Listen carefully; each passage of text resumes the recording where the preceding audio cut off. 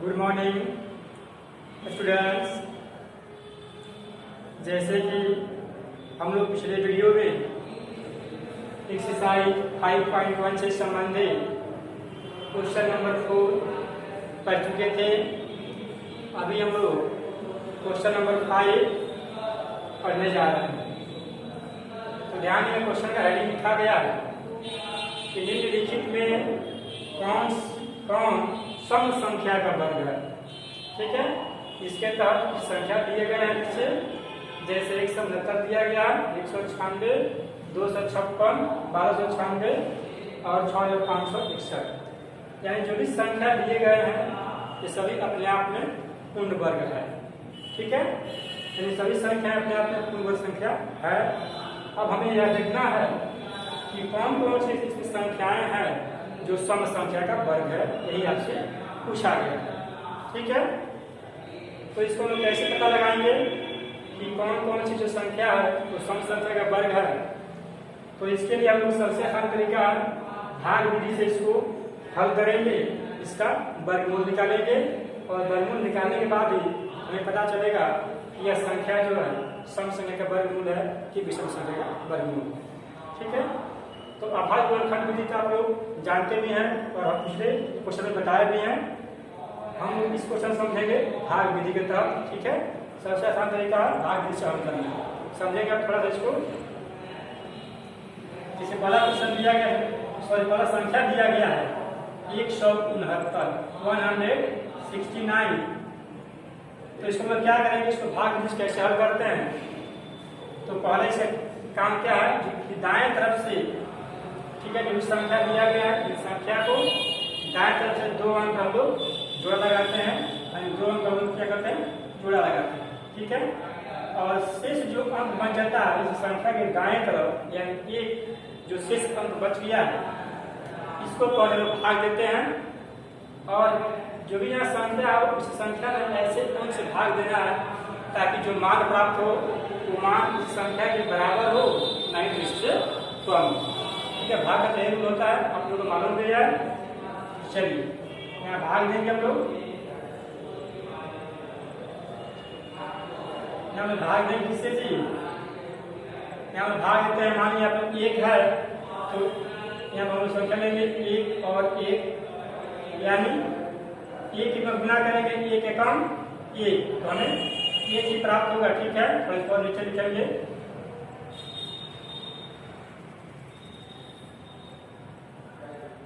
यानी 1 एकम 1। अब यहाँ क्या होगा, 1 में से क्या आएगा जी, 0 या 1 से कट जाएगा। ठीक है, और इसको क्या करें, इसको जोड़ते हैं। ठीक है, 1 का 1 2। अब जो इधर संख्या बचा है शेष, तो इधर डबल अंक उधर उतरता है नीचे। ठीक है, इधर क्या होता है, डबल अंक यहाँ लिखा है। यहाँ क्या है 69 है, लिखेंगे 69। अब यहाँ क्या करेंगे, यहाँ ऐसे अंक से गुना करेंगे ताकि उसका गुणनफल जो प्राप्त हो या तो इस संख्या के बराबर हो, नहीं तो इससे कम। तो हम यहाँ 3 रखते हैं, अब इसे गुना करेंगे 3 त्रिके 9, 3 त्रिके 9, 3 त्रिके 9, 3 दुगुनी 6, लिखेंगे 6। अब इसको कटाएंगे तो ये पूरा कट सकता है 9 से 9 और 6 से 6। अब हम लोग इसको कटा तो दिए, लेकिन कैसे पता चलेगा कि यह किसका वर्ग है। ठीक है, तो देखिए हम लोग पहले क्या लिखे थे, 1 लिए थे, 1, यानी इसको हम यहाँ लिखते हैं। पहले हम क्या लिए थे जी, 1 लिए थे, 1 हमने यहाँ लिख दिया।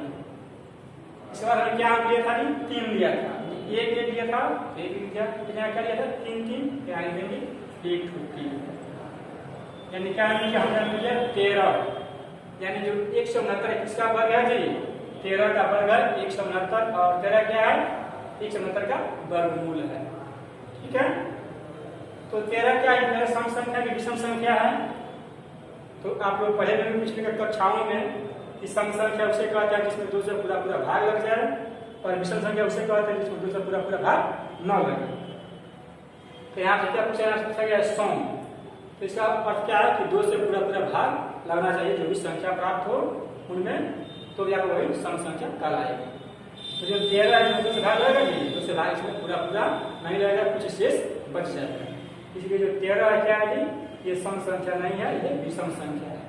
अर्थात हम कह सकते हैं कि जो 169 जो वर्ग संख्या दिया गया है, ये एक सम संख्या का वर्ग नहीं है बल्कि एक विषम संख्या का वर्ग है। ठीक है, 13 क्या है, 13 का विषम संख्या है। ठीक है, क्या विषम संख्या है। तो ये संख्या क्या है, तो यहाँ पे मान्य नहीं होगा, क्योंकि यहाँ से क्या पूछा गया, यहाँ से पूछा गया है सम संख्या का वर्ग।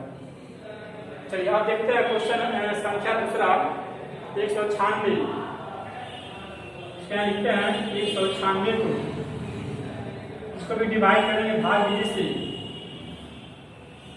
पहले इसको यहाँ भी लगाएंगे, इसको जोड़ा लगाएंगे, यहाँ बचा 1, फिर वैसे इसको 1 से कटाएंगे, 1 एकम 1 में से गया 0, यहाँ 1 है 2, फिर यहाँ डबल हम करेंगे 96।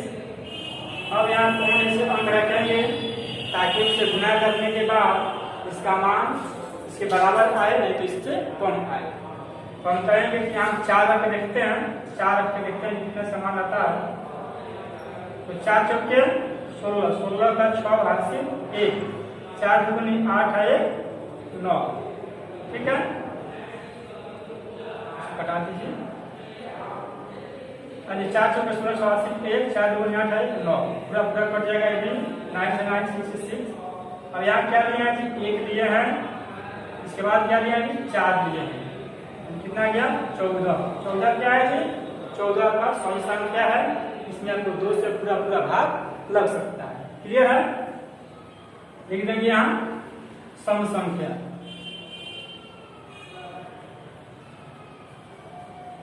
ठीक है, अब क्या बचा है, बचा है 256।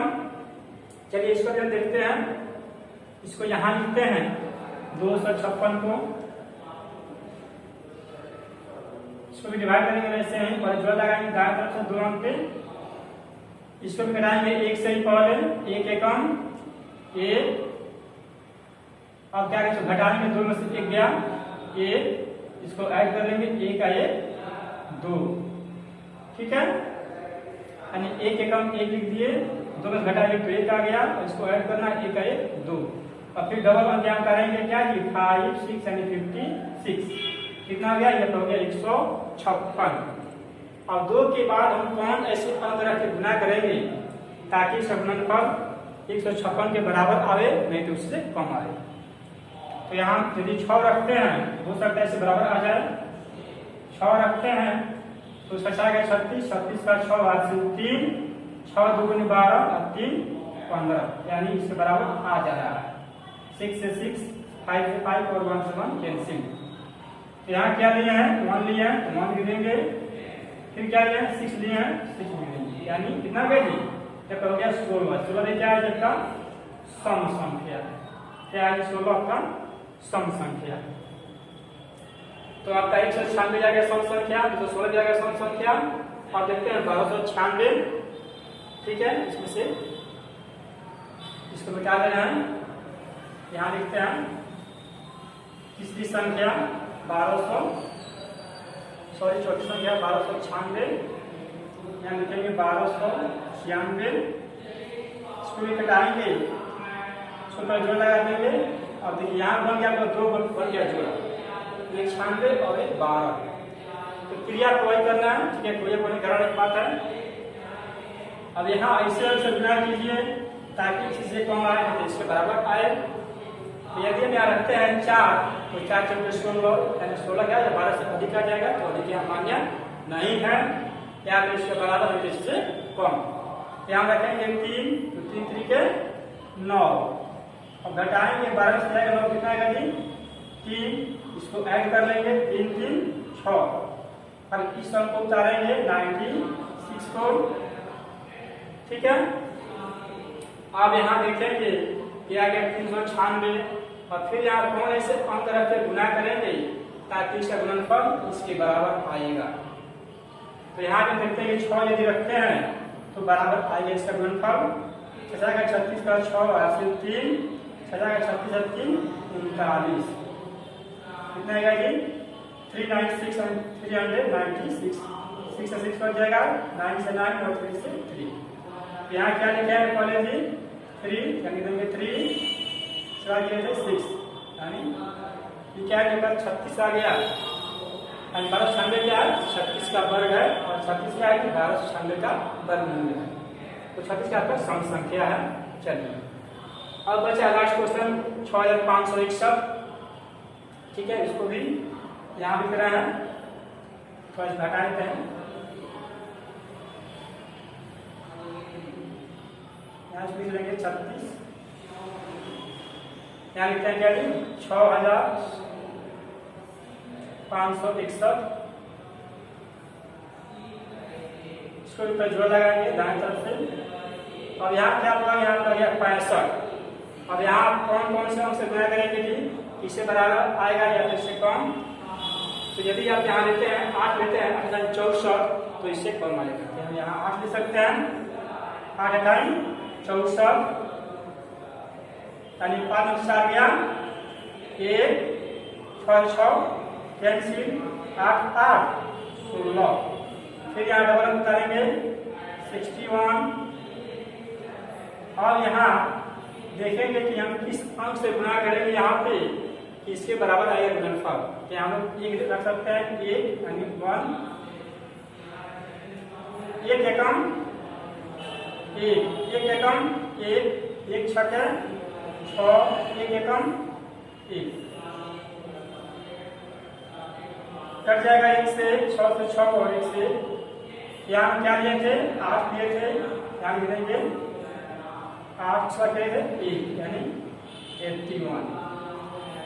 तो देखिए यहाँ दिया गया को 5 संख्या दिया गया है, 5 का हमने वर्ग निकाल दिया है। तो पहला का मिला था 13, दूसरा का 14, तीसरा का 16, चौथा का 36 और पांचवा का कितना थी 81। अब हमें इसमें से क्या चुनना है, इसमें चुनना है सिर्फ सम संख्या वाले वर्ग। तो लिखेंगे यहाँ पे नीचे में अतः सम संख्या वाले